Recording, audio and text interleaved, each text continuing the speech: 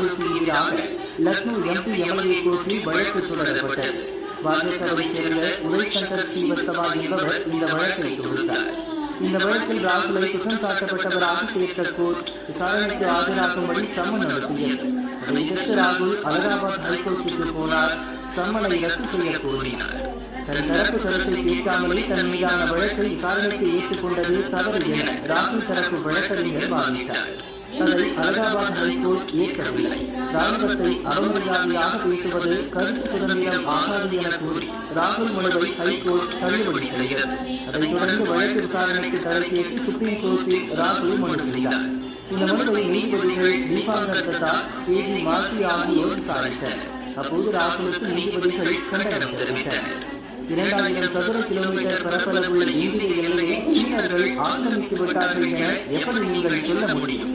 நீங்கள் அங்கே போனீர்களா?